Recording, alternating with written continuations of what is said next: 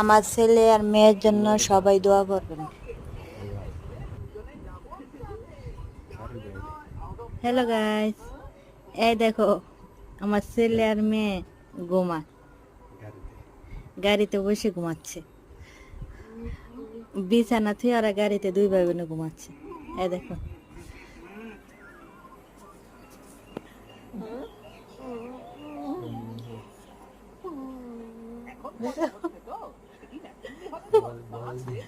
দেখো এই দৃশ্য কার আছে? দারুণ।